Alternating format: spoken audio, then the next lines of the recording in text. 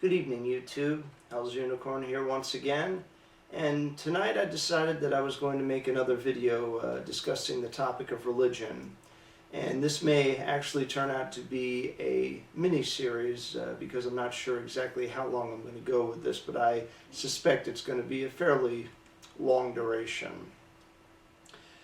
I was sent a request several weeks ago by one of my subscribers. His name is Dr. Dissent.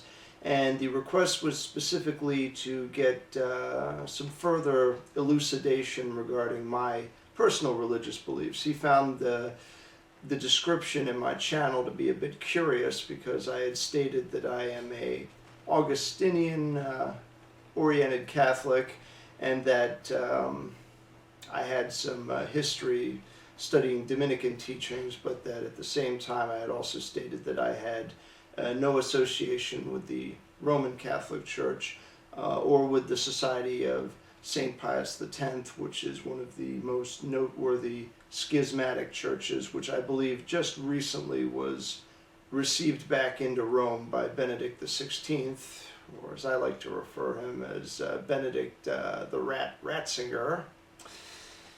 And so I'm going to attempt to explain exactly what it is I believe, what the nature of the church that I'm associated with is, and ultimately to better educate him and anybody else who's interested in what exactly the full extent of Catholicism is, because it's a lot broader and a lot more complex than what most people understand it to be. To understand what I believe, there are two terms that you'll need to be oriented with. The first is Old Catholicism, or the Old Catholic Church, and also more specifically the Union of Utrecht, which is a city in the Netherlands, in the Holland area. And the other term that you'll want to become familiar with is the actual pronunciation of the word is Ultrajective, I believe. Yep, Ultrajective. And this term denotes a very specific theological view, one that unfortunately has been dead within Roman Catholicism for the better part of 3.5 centuries, basically.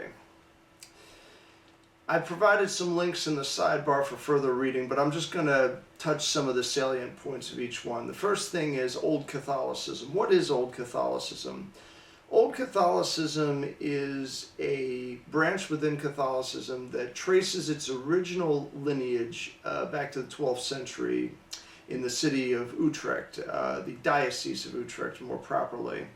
And basically what went on there was that the Diocese of Utrecht was granted permission by the Council of Churches, the magisterium as it were. That's the gathering of all the elders of the and the bishops, so to speak, of the churches within the Catholic Church. They were given the right to autonomously elect their own bishops. And my personal viewpoint is that every diocese should have this right. Nobody should have to go through Rome in order to accomplish this.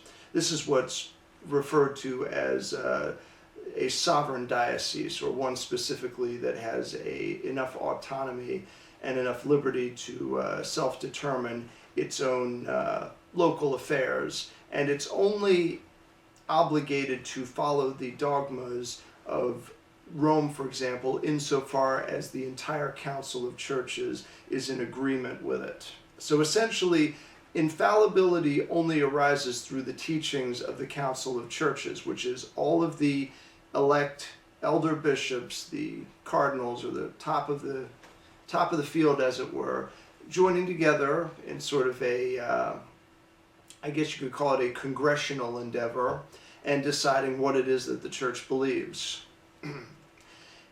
Now, since this, the advent of this, the Diocese of Utrecht has maintained a level of autonomy through both the dominion of the Roman diocese over most of Christendom during the medieval period, and through the Protestant Reformation. And what happened later is that in the 19th century, the late 1800s, about 1869, 1870, the First Vatican Council instilled the dogma known as Papal Infallibility. Now, this was the first time in history that this had ever been declared. And this was declared with the absence of several prominent, and in my personal opinion and in the opinion of the church I belong to, necessary membership of the Council of Churches not being present. They were not there. They were basically barred from attending. Most noteworthy of these is the holy order known as the Jansenists. And for anyone who's curious, Jansenism is a branch of Augustinianism that teaches a view of theology that's actually pretty comparable to Calvinism. It's basically a Catholic version of Calvinism in many respects. There's a lot of differences between old Catholic Jansenist type thinkers and with Calvinists, particularly regarding the nature of apostolic succession and a few other things relating to the Mass and henceforth. If you want a more in-depth description of this, I would definitely recommend checking out the Wikipedia pages on Jansenism and Calvinism, and also doing some further reading. There's good writers, particularly on the Calvinist side. Unfortunately, Jansenism is something that's been in decline for the past 200 years, and there's not really a lot of literature on it that hasn't been penned by enemies of this mode of thought, namely Jesuits. So that basically covers most of what I wanted to talk about within the old Union of Utrecht. Basically, it was an autonomous diocese, and upon the enshrining of papal infallibility, they declared their sovereignty, their autonomy, which had already been granted to them, and they further declared that Vatican I was not valid, and thus the Pope having any primacy over the Church, any immediate authority that was either equal to or greater to the Council of Churches, was thus null and void as far as they were concerned. I would take it a step further and say that Rome actually fell into heresy when they made this declaration, because this is nowhere taught within Scripture, and it is not held up anywhere in church tradition. It wasn't taught by the early church fathers. There is no history of papal infallibility prior to 1870. Nowhere was it taught dogmatically. And in fact, if you go back to the early church and you read the writings of Pope Gregory I, who lived in the 5th century, I'm sorry, it's either the 4th or 5th century, I'll have to look that up again, he stated that any pope that would attempt to declare either spiritual or temporal dominion over all of Christendom would bear the mark of the Antichrist. So if we follow the logic of papal infallibility and we make it basically retroactive, which is what the papacy declared. They declared that the entire succession of St. Peter, as held in the Church of Rome, was infallible.